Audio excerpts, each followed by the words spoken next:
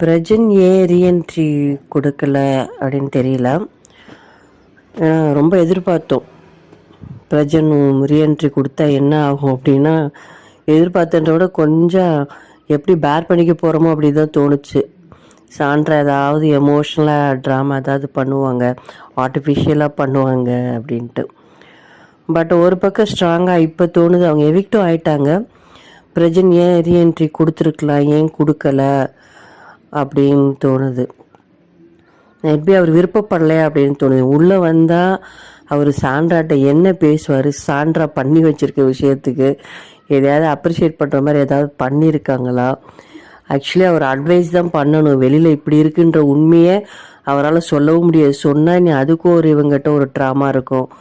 So சொல்லவும் முடியாது, சொல்லாமல் மெல்லவும் முடியாது அப்படின்ற மாதிரி அவர் நிலமை ஆயிடுச்சு போல். அதனால் உள்ளே வந்து அவருக்கு என்ன பண்ணுறதுன்னு தெரியல, என்னன்னு தெரில. பட் அஸ் ஹஸ்பண்டாக வெளியில் நல்லா முட்டு கொடுக்குறாரு, ஒய்ஃபுக்கு வந்து நல்லா சப்போர்ட்டாக இருக்கார். ஸோ இந்த வீடியோ உங்களுக்கு பிடிச்சிருந்துச்சி அப்படின்னா மறக்காமல் சப்ஸ்கிரைப் பண்ணுங்கள், லைக் பண்ணுங்கள், கமெண்ட் பண்ணுங்கள்.